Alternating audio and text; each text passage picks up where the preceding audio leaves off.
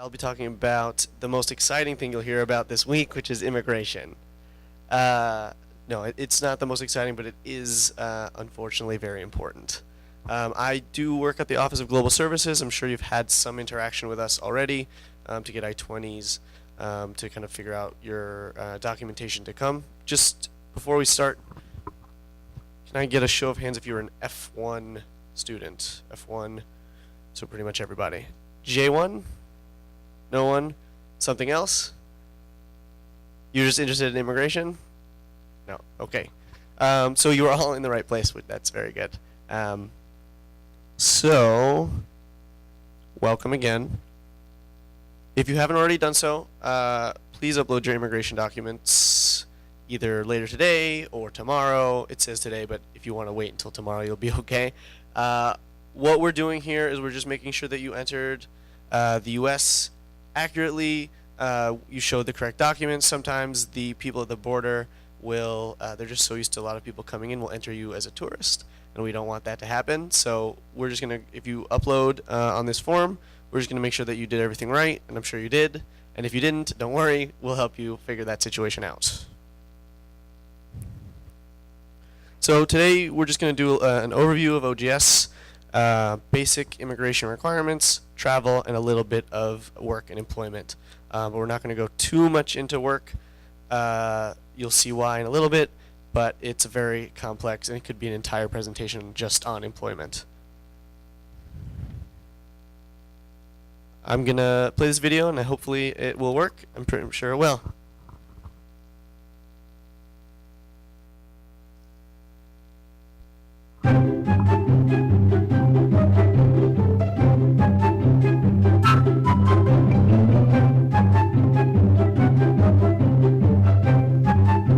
I come from China. I'm Medellin, Colombia. I'm from Ghana, West Africa. I'm from Mumbai, India.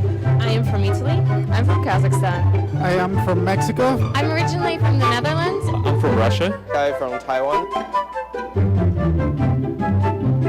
Awesome. Rewarding. Struggle. Delicious. Expansive. Fantastic. Expansive.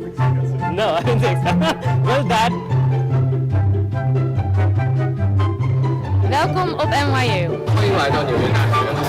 New York University में आपका स्वागत है. Добро пожаловать в NYU. NY को आइए. I don't know. I forgot my native language. Oh my God. OGS. OGS. OGS. OGS, of course. OGS. Woo!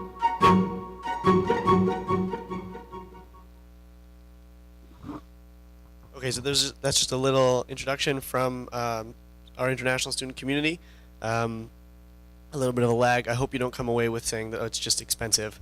There are a lot of other things that are good and that are happening here. This is our office.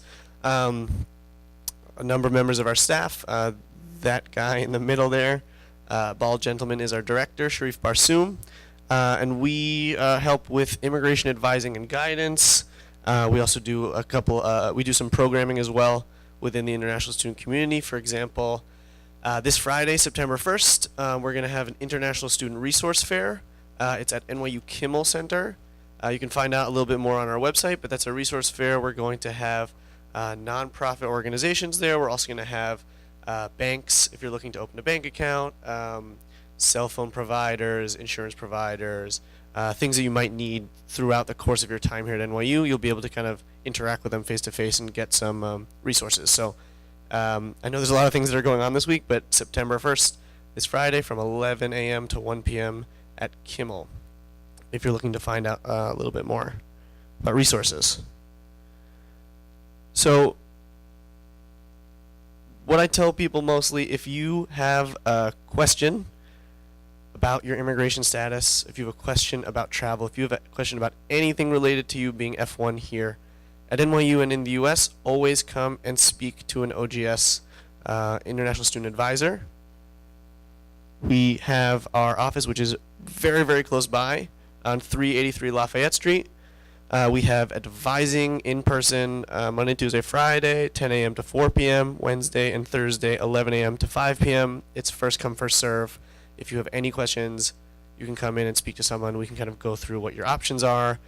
I always recommend coming in to speak with us first before doing whatever it is that you wanted to do. It's much easier to take care of the problem beforehand than go, oh my God, I did something, and now what do I do? We also have a Brooklyn office. If you happen to be in the Brooklyn area, if you need something from the Office of Global Services, we can always help you. It is more so for the School of Engineering, but they can also help with any immigration requirements that you might have. But it might just be easier for you if you're around Washington Square to go to 383 Lafayette Street. So just a couple of the resources we have for information. Pretty much anything that you want to know about you can find on our website. Most of the time you can just Google NYU, OGS, and then whatever topic it is that you want to know about, and you'll go directly to the page. We have pretty much everything that you will ever want to know, and it's often a good idea before you come into advising hours to just take a look on our website, see what the general requirements are or some things you might want to learn about are, and then come into advising hours and be like, I saw this on the website but I don't really understand, or I saw this on the website, could you tell me a little bit more information? We also have a newsletter that I believe you got an email on Monday from us, and I know that you're receiving a lot of emails now, and you maybe don't want to read the entire email, but please do. Just because we're always sending emails about updates, things related to your immigration status, things that are coming up for you in regards to your immigration status, things like employment, and things about the current political climate that might pertain to your immigration status as well. So it's always good to read those newsletters, even though they are long and maybe you don't want to read the whole thing. And then if you can't come to advising hours, you can always go to our website and click the Contact Us button, and then just send an email to us, and you'll have someone getting back to you via email in about either the same day or maybe 1 to 2 days. It is honestly probably easier to get more information if you come into advising hours, but you can also always email us using this contact form. Any questions so far about just contact with us, what we do, where we are? Okay. When you're coming, always bring your passport, your I-94 record, and your I-20.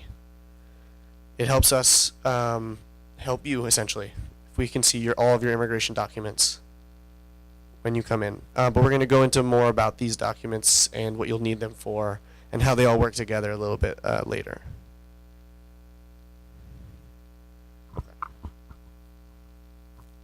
So now that we've talked about our office, just a few things we're going to go into about maintaining your F1 status while you're here at NYU. And we'll do another video to start it off.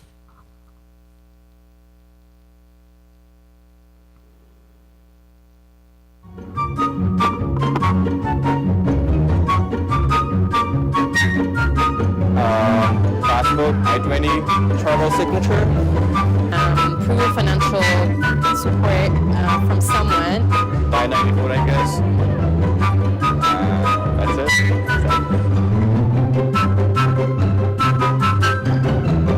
I-94. It shows the last time you entered the United States. That's one thing I know about it. I-20 is an immigration document that is really, really important for you. And I-20 is the paper that you do not want to lose.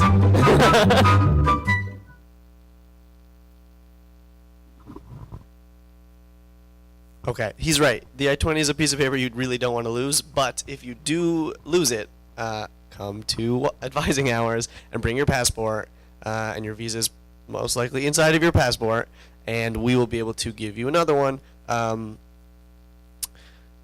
And so don't freak out if you've lost your I-20. We're able to give you another one, but try not to lose it. So this is the I-20 that I just mentioned.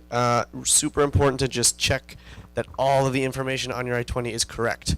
So you might have just kind of breezed over it when you first got it. You brought it to your F1 visa interview in your home country, but just do a double check about is your name correctly written? Is your date of birth correct?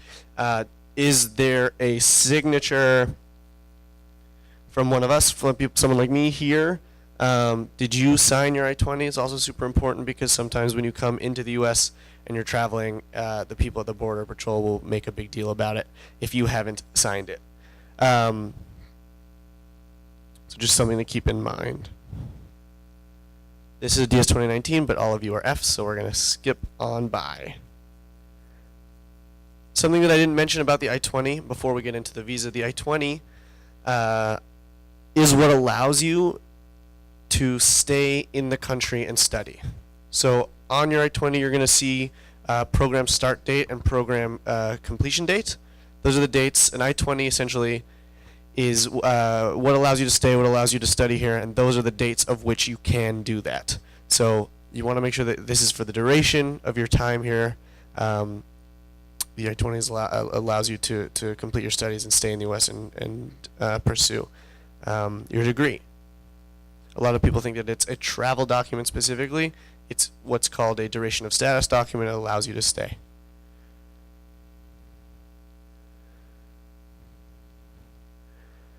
Now, the visa that you have in your passport is specifically a travel document.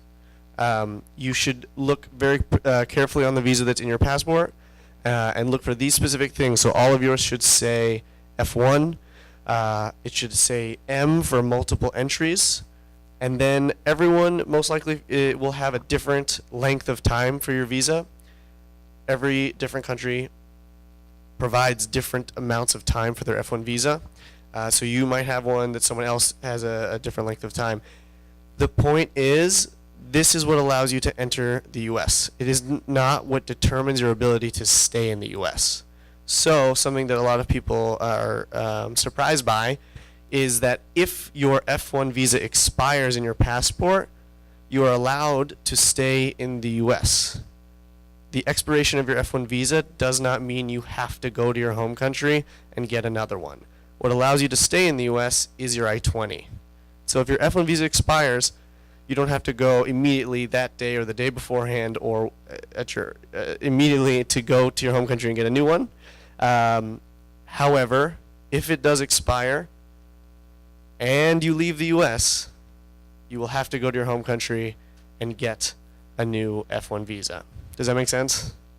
So if you want to stay, you can stay as long as your I-20 is still valid. But if your visa expires and then you leave, so you're going on a trip to Canada and you want to come back, or you're going on a trip anywhere outside the U.S. and you want to come back, and your visa's expired, you have to get a new one. Is there a question? Yeah.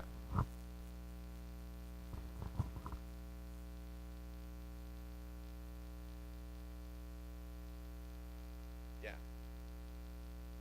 Yeah.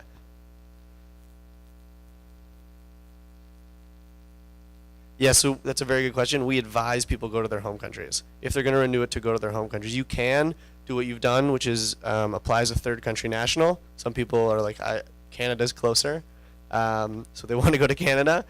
You can do that. The reason we advise not doing that is that if, first of all, the U.S. consulate in Canada, for example, doesn't have the same ability to evaluate your situation as the U.S. consulate in your home country would.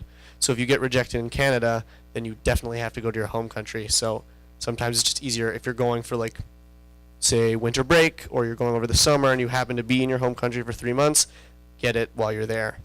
But again, if it expires, doesn't mean you have to go back. But if you are leaving after it's expired, then you will have to get a new F1 visa. And then you should all have gotten one of these stamps in your passport when you entered the U.S. most recently. It's not necessarily this paper one anymore. This is called an I-94, and it's all electronic at this point, mostly. And it shows every time that you enter the country, where you entered, and what status and what the date was. What you want to be looking out for is that it says F1 and it says DS. F1 is your status, and DS is the duration of status, duration of stay. Essentially, you're entering an F1 status, and you're able to stay here for the duration of your program as shown on your I-20. So you always want to make sure that says F1 DS. I recommend every time you travel and re-enter the U.S., make sure that it says this, because, as I mentioned earlier, sometimes they'll just enter you as a tourist. And if you're a tourist, you can't study, and then we have a problem.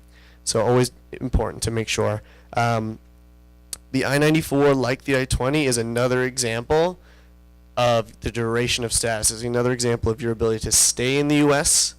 for the amount of time as indicated on your I-20.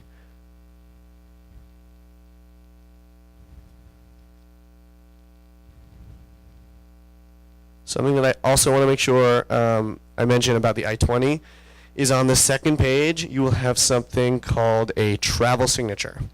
So as I mentioned, the I-20 is not specifically a travel document, but it is used in collaboration with other documents for traveling. When you're coming back into the U.S., you're showing your passport, you're showing your F1 visa, and you're showing your I-20. Your I-20, again, showing your ability to stay and study, your F1 visa, your ability to travel. On your I-20, though, you will have something called a travel signature, and that's good for 1 full year. So you have to renew that every year. It's very simple. You just come into OGS with your passport, with your I-20, with your I-94, and we give you a new travel signature. Is anyone here transferring or coming from another institution within the U.S.? From another school, or you just finished another master's degree, or you did an undergraduate degree before coming here, and you're transferring your status? Yeah, okay. So you probably have a transfer pending I-20? Okay, so that one does not have a travel signature on it. During the first 3 weeks of the semester, you'll get another one that has the travel signature on it. Just making sure that you register for full time and you have your U.S. address, and then we give you another one. So again, if you haven't done so already, just make sure to upload your documents so that we can make sure that everything is totally fine with your immigration status.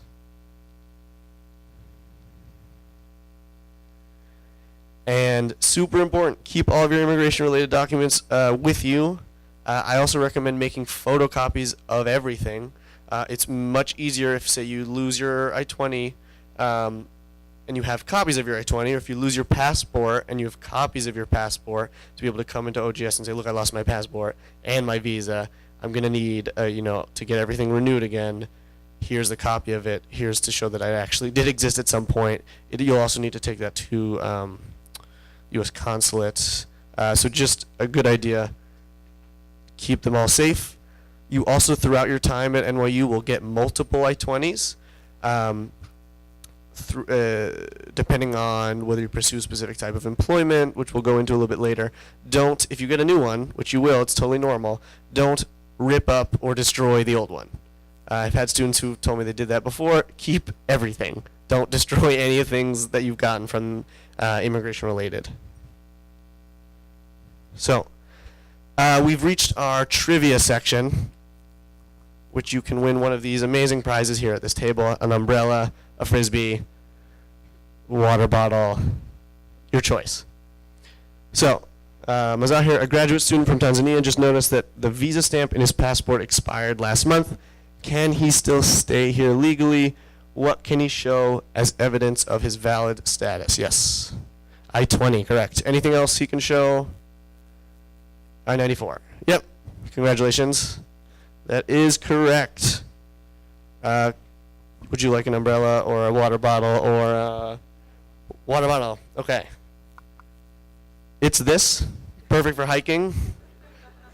Would you like the umbrella now? Okay, that's fine. That's fair. No problem. Okay.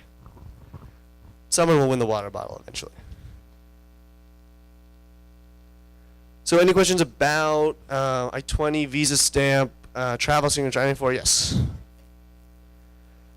Right. Yeah. Sorry.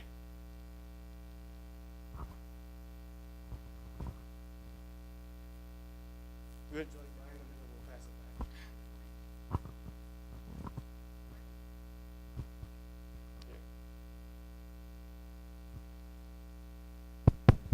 Perfect. So for Canadian students, we only have the F1 stamp. Yeah. So every time we enter, I guess if we go travel, let's say like to Europe or something, do you have to enter from Canada back to the States, or do you can just enter from anywhere? You can enter from anywhere. You Okay. don't have the actual F1 visa in your passport, but you do have the I-20. Right. So you don't need the visa as a Canadian. Okay. Just your passport and your I-20 when you're traveling, Perfect. essentially. We're going to go through a couple more documents you should bring while you're traveling, just in addition, but those two are the most important things. Okay. And you don't have to enter every time you travel. You don't have to go to Canada and then come in. Okay. You have every right to travel in from anywhere you want. Yeah. Every time I travel and come back with my Canadian passport, I have to pay for The CVIS fee? the paper that they put on my passport. You have to pay for it? Yeah. No. That's what they told me at the border when I was coming in. Like, let's That's say not right. not between Canada and U.S., but let's Yeah. say I go to Europe and come back to the state, Yeah. I have to get another one. That's what the agent. Did you told have me to at the pay border. for it? Yeah, I paid when I came in. For your I-94 in your passport? It's the paper, the visa paper that he. It put. says like It's the little paper you showed before. I don't know what it's called. this is that the one. paper version of the Yeah, that I-94. Yeah. Uh, So he told me when I get out of the U.S., let's say I go to France and come back, Yeah. then I would have to get another one. I just have to go to the right place. I've never heard that before. That's what he told me. That's very interesting. Most of the time, if you travel into the U.S., you'll just get that I-94 stamped into your passport, and I've never heard of anyone having to pay for it. But I'll look into it now. Maybe something's changed with Canadians, but that's very interesting. It shouldn't. I don't think that should be the case. Okay. Yeah.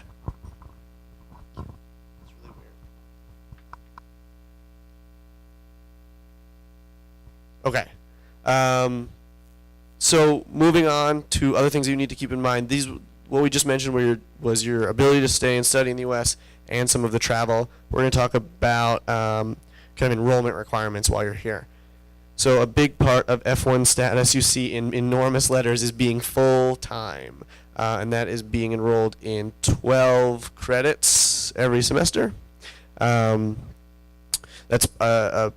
probably the biggest part of being in F1 status is being enrolled full-time, being in 12 credits every semester, except for your last semester. And in your last semester, it makes sense for you to be below 12 credits at a certain point, just based on your own class schedules and what you're choosing to do. In your last semester, you can be below 12. You just need to make sure to register for something called part-time enrollment. You do it online with OGS.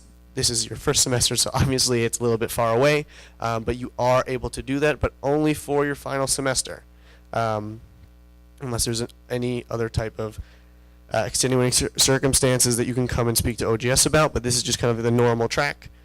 Full-time, every semester, 12 credits. Last semester, you can file for part-time. It's not a huge filing process. It's just clicking on the website.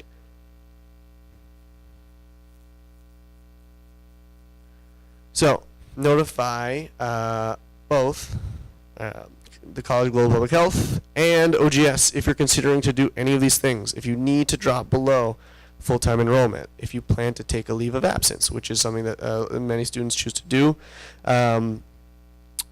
Not many students choose to do. Some students choose to do if there are medical situations or family situations or things really of that nature. You have military requirement, you're changing your immigration status, you become permanent resident, or something changes, or you are the victim of a crime or arrested or have any official interaction with the police. It's always good to get in touch with your department and also get in touch with OGS so that we can both figure out what the best course of action is for you.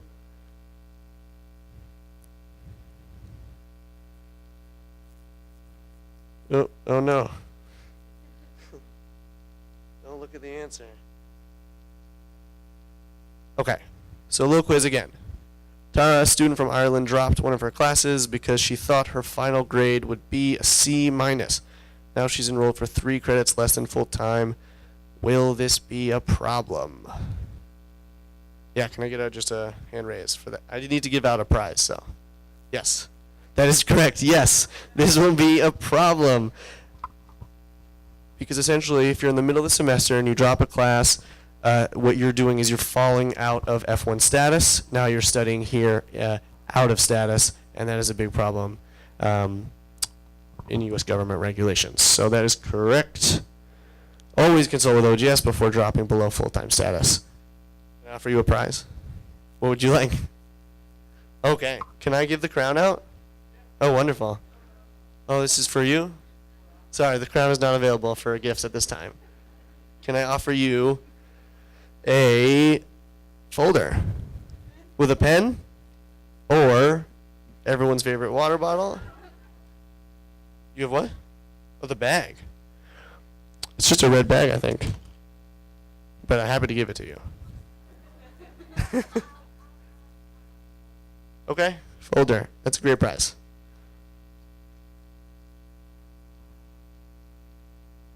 I know the crown. We should have just given out the crown, but it's for other things. Oh, it's for me. Oh, that's so nice. Okay. So, immigration requirements. Register full-time. Super important, as we just talked about. Update your U.S. address and phone number. That's a big part of U.S. government regulations to make sure that you're actually here in the United States, is you entering in the Albert system your address here in New York. Work only when authorized. We're going to talk about work in a little bit. We're going to go through kind of the basics of working. Follow government and university requirements. Make sure to pay your SEVIS fee, which you should have done to get your F1 visa. There are certain situations where students don't, and then they enter. It's very rare, but it can happen, so just make sure you have paid for it. And then make sure you just have all of the vaccines and things you might need for health requirements. And during the first 3 weeks of the semester, what we do is we go through and make sure that everyone is full-time enrolled, everyone has a U.S. address, and then if you don't, you'll get an email saying, please do that as quickly as possible. Okay. Any questions about full-time enrollment, immigration requirements, anything? Okay. So we're going back. Oh, yeah. Sorry. I think you gotta ask this question with a microphone.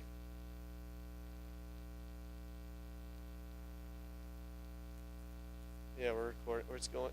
We're filming this for HBO.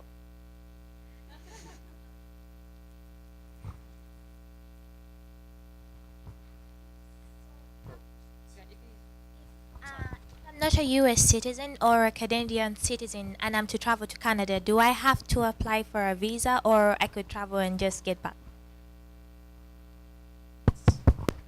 So the question was, if you're not a U.S. citizen, you're not a Canadian citizen, can you travel to Canada? That's a very good question.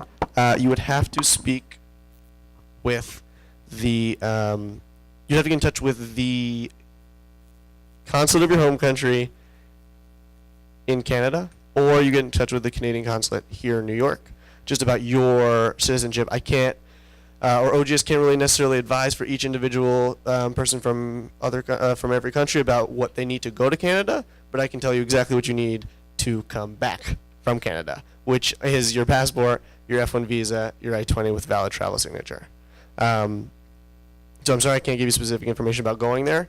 I will give you a specific rule about traveling to Canada in a couple of slides, just how it relates to your F1 visa. So if we go into the travel section, as I mentioned, I-20 that's valid, that has a valid travel signature, is super important for you to travel and necessary for you to travel.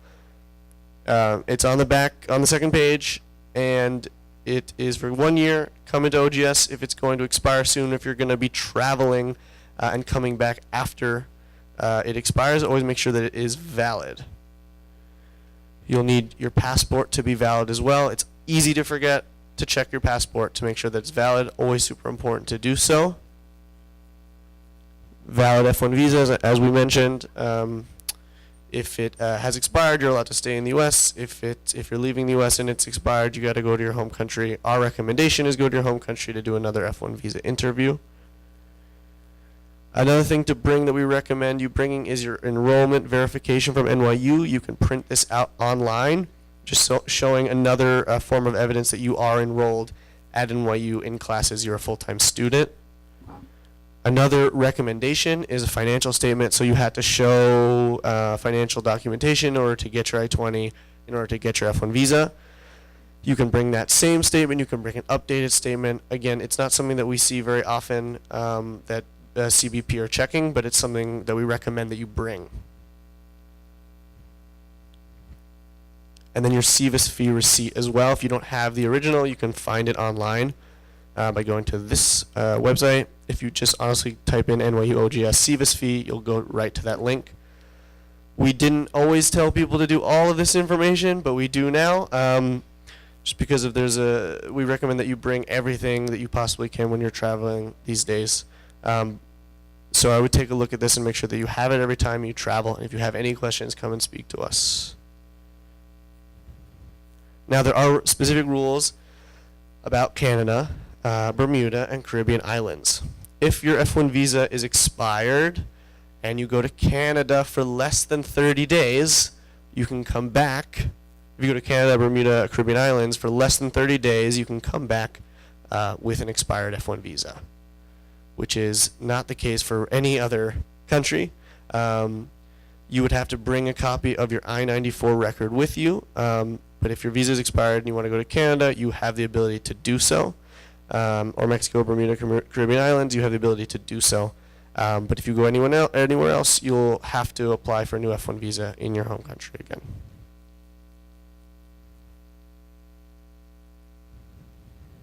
Any questions about travel that we haven't covered?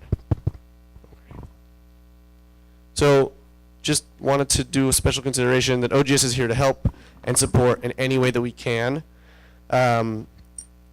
We have now, due to a very specific political climate that I'm sure you're all aware, we have a specific page about travel executive orders for F1 and J1 students. We have that updated the moment that it happens, the moment that anything happens regarding current U.S. administration, regarding F1, J1 students. We have that information online.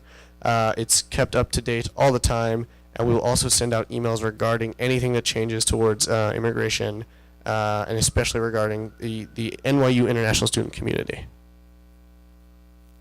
And we do have additional resources to help you with immigration difficulties you may face. We have immigration attorneys that are that we have professional connections with that also will give kind of discounted rates potentially for NYU students. I can't guarantee that every time, but we do have additional resources to always help people. So don't forget, valid passport, valid visa, I-20, travel signature.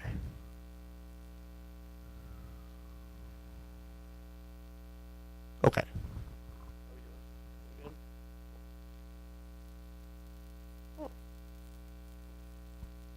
Yeah, sure. See, my visa doesn't expire, but my passport is expiring in 3 months or so, and I go back to my home country and I want to come back. How long does the expiration date need to be on it for me to come back? So the question is, the visa isn't expiring, but the passport is expiring soon, or maybe it's already expired.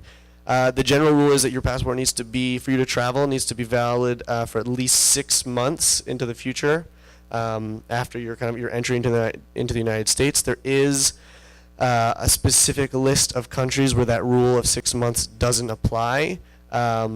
It's an exempt list, but then it's always something to keep in mind that while there is this list and it is published and you can find it online, there's a list of countries that you can come back in with like a 3-month passport that's valid for 3 months into the future.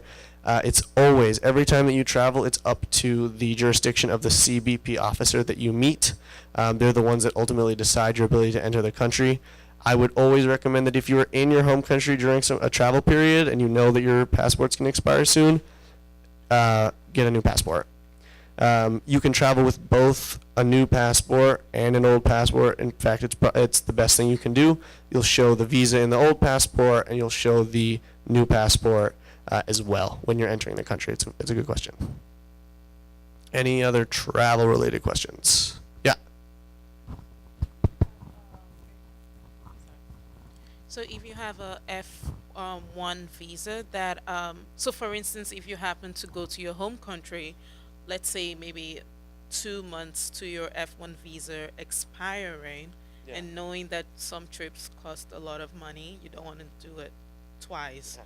So can you renew that F1 visa before it expires, given the window, or it has to expire and then you?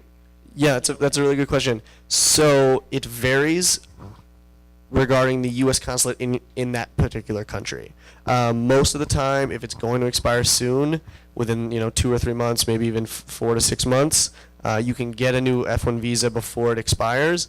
There's just no blanket rule. So you always have to ask the U.S. specifically ask that U.S. consulate what their policy is. Unfortunately, that's the case. But I do know that you can. I have met with students who have renewed their F1 visa before their other ones expired. I do think that then they kind of annul the other one. But again, it depends on what consulate you're going to. Yeah. Anything else? Okay. So we'll talk a little bit about working in the U.S., employment options for F1 students. Again, we're not going to go into overwhelming detail because it is a lot. But I will give you the basics. Or this video will give you the basics, actually.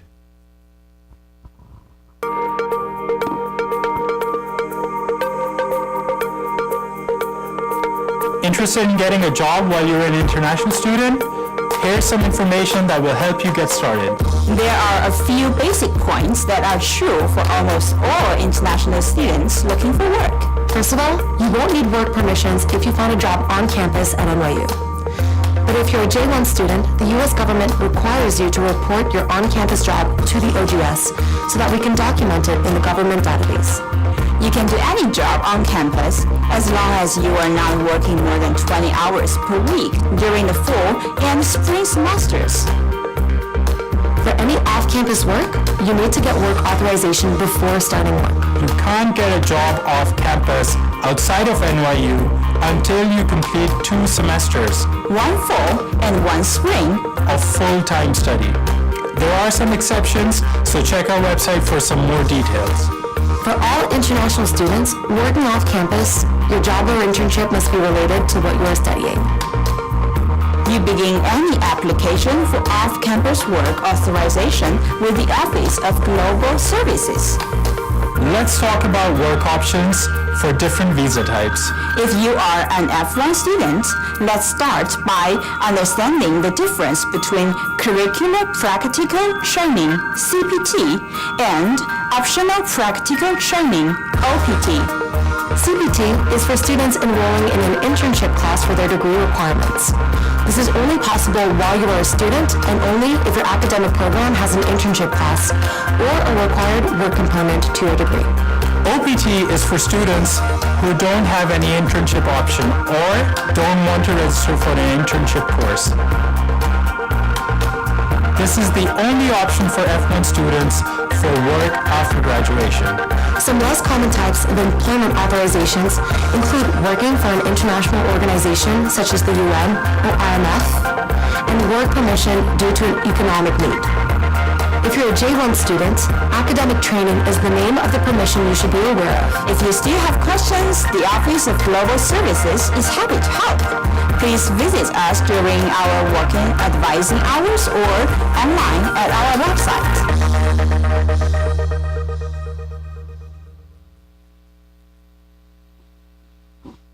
That's a new video. I like it.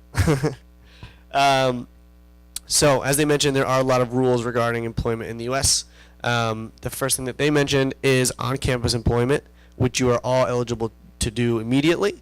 And that's anywhere that on-campus really includes anywhere that has NYU related to it, essentially. So, library, bookstore. You can work at departments like OGS. You can work at departments like public health.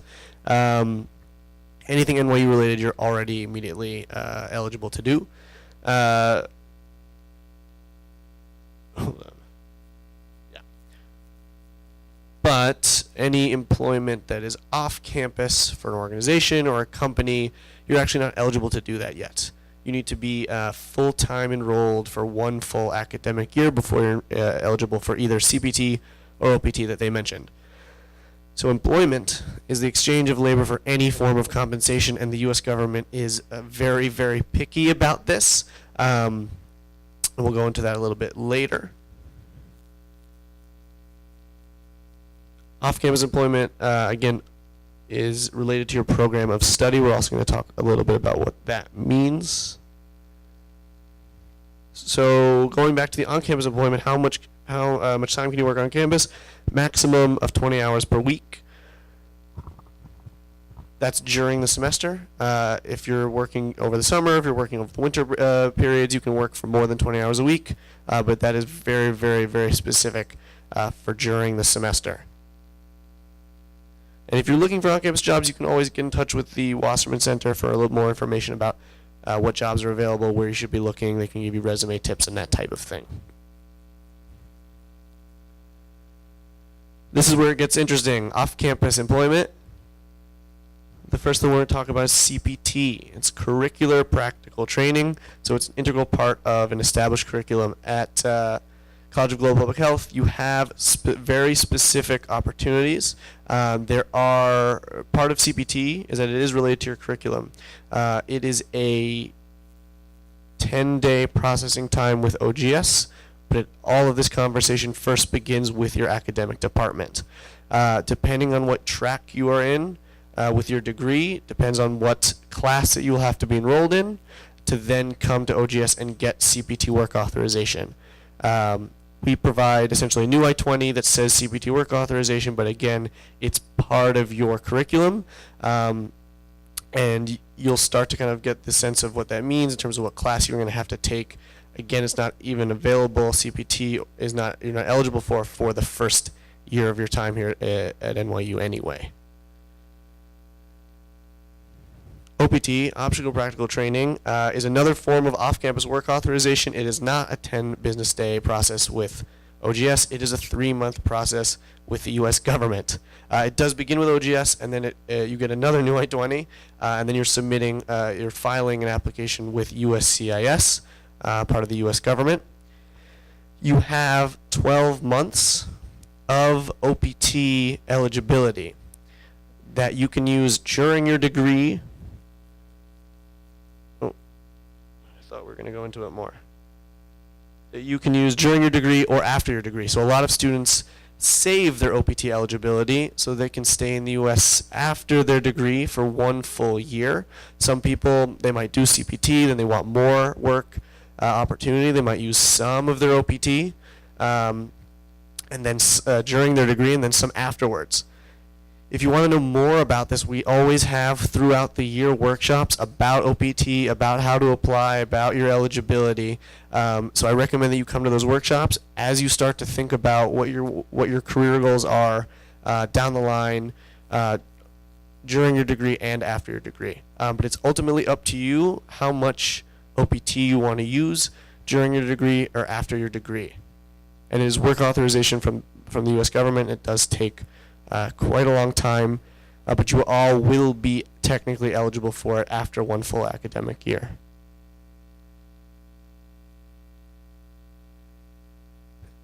Unpaid off-campus opportunities are available to you technically now. It's not something that you need CPT or OPT work authorization for if you're looking for something to get experience and it's unpaid. That being said, you got to be super, super careful about what unpaid means. So unpaid or paid, excuse me, stipend is paid. MetroCard is paid. Lunch, if they're giving you lunch but they're not paying you but they're giving you lunch, that's paid work. So really anything, and I hate, this is my least favorite part of this presentation because it's really unfortunate, but that's what the U.S. government is super picky about. If you're doing anything, any kind of form of work, and you're being compensated in any real way, even if it's a MetroCard or even if it's like a trip to DC or something, that is paid employment and you need work authorization for it.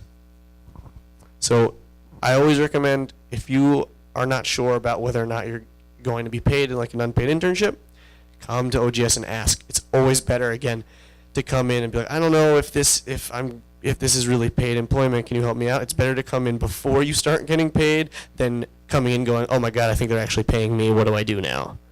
So just always come and ask us first. And then just two kind of final topics related to employment. If you're, when you eventually you get CPT or OPT, in order for you to get paid, you will have to apply for a social security number. It's quite a simple process. Again, it just means you collecting a number of documents, going to the Social Security office. I recommend going as early as possible in the morning. I just went there. They're very nice in the morning because there's not that many people. Don't go at 12 when everyone else is going. That's an important part of working here, but it's something that will happen after you've already got the job and you've got work authorization, and now you just want to be able to get paid. And once you have a social, that is for life, essentially. You don't have to keep getting Social Security. And then taxes. You'll have to file taxes. Even if you don't make any money, you'll still have to file. We're going to have a software that comes out on our website, and that comes out around the time of tax filing. We'll have further information. We're not tax experts. We're not tax attorneys, so we can only kind of provide helpful and basic resources for you, but we do have a lot of them, so always come and speak to us. And it's something that you'll have to do, and it's can be a little bit complicated, but it's not something that you overly have to worry about too much. Just make sure that you do it, essentially. Oh, well, that was the slide. And yeah. So again, just to wrap it up, consult OGS before accepting off-campus employment. You'll find out a little bit more about what classes you'll have to take depending on your track in order to get CPT. You can always look on our website about what CPT is and that type of work authorization. I truly recommend attending a workshop on employment just to get an idea of what all of your options are. And then just visit OGS website for a little bit more information. If you feel like reading about immigration things, it's always there, and you can always come and speak to us as well. And that's it. If I have any other questions, I'm happy to answer them now. Yeah.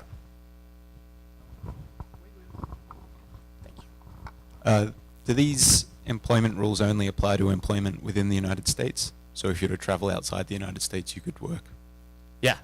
These are specific in the U.S. Employment. It's something that you should also consider coming and speak to us about if you are, it gets a little bit tricky if you're saying you're doing like a remote job for a company that's outside the U.S., but you're technically doing it in the U.S. and therefore getting paid in the U.S., then that is employment. So it's always good to ask that question. But yeah, if you go somewhere else over the summer and you work there, these rules don't apply. Just make sure you're doing whatever it is that country wants you to do to be employed. Yeah. Thank you.